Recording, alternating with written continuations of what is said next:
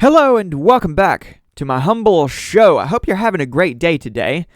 I just have a few things to say before I'm on my way, and you can feel free to disagree with me. Let me know what you think down in the comments below. What say you? I'd be happy to hear from you. As per always, let me know what you think about what transpired at the White House the other day between Trump, Vance, and Zelenskyy. I just have a few basic thoughts here. I did have a much more lengthy timeline laid out. I was going to record an extensive show on a Friday. It never came to fruition. I took a break over the weekend, and now I'm just trying to create some content. So this is going to be a very simplified version of what I really want to say. But this is my overview.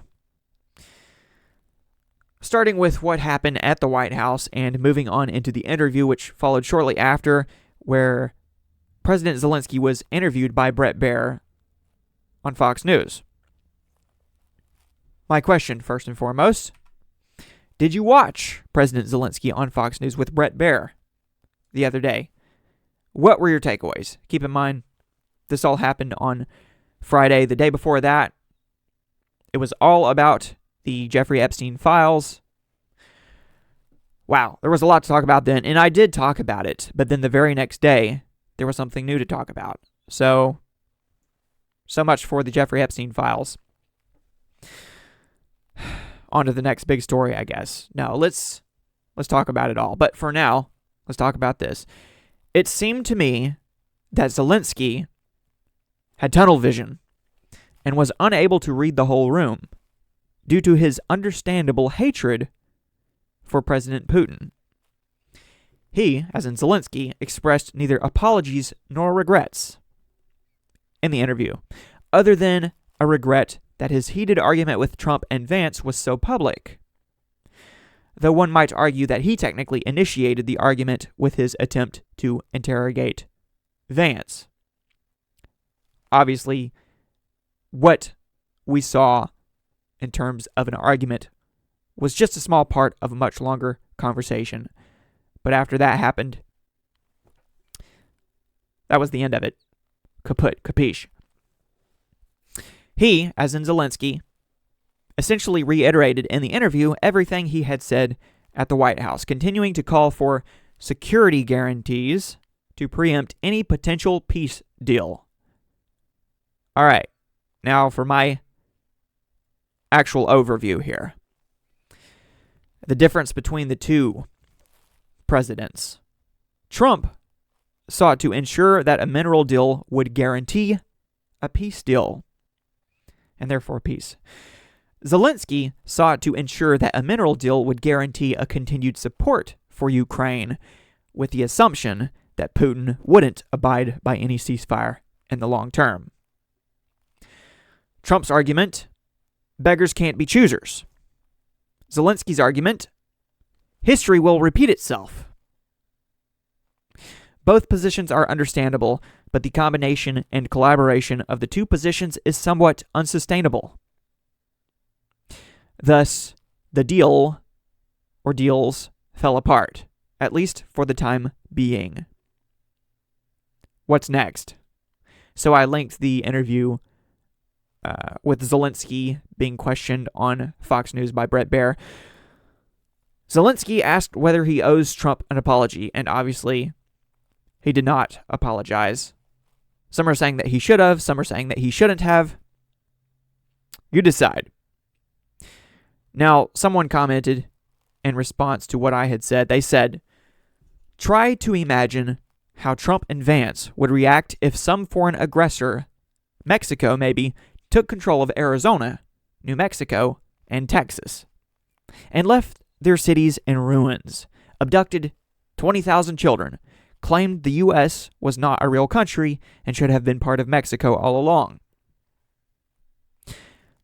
All right, so now my response to this individual, and then I'll wrap up this very short show. I said, right, we must imagine it because it isn't what happened. Your comparison simply isn't comparable, because while each of those states is under the jurisdiction of Trump and Vance, Ukraine is on the other side of the planet, and its president is expecting us to act as if it's one of our own states. We've given Ukraine more than any other nation, and with no end of the war in sight. Zelenskyy should be more grateful and less demanding. I get it. It's his people, and therefore his prerogative. But it isn't ours.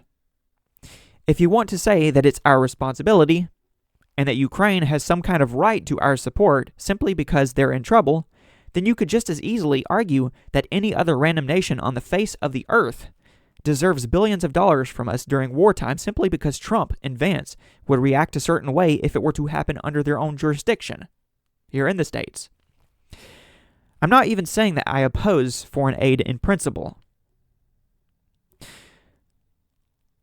I'm pointing out that your argument is an argument of entitlement. And that's my response to Kyle. That's his name. So those are just a few thoughts.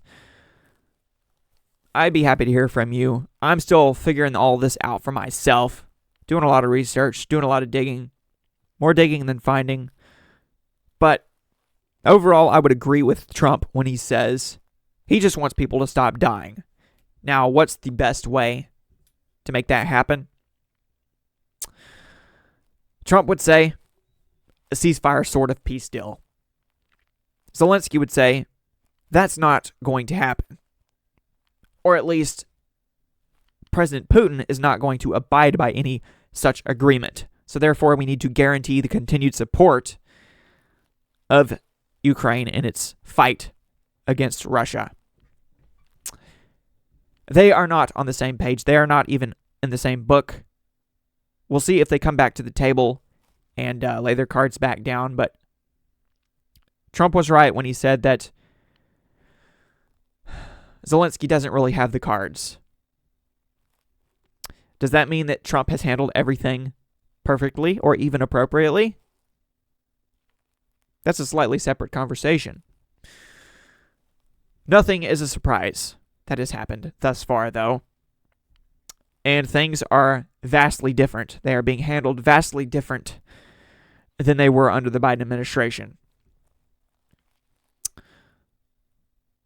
This could be a great big step in the right direction or a great big step in the wrong direction. We'll see what happens. Peace. That's all I want.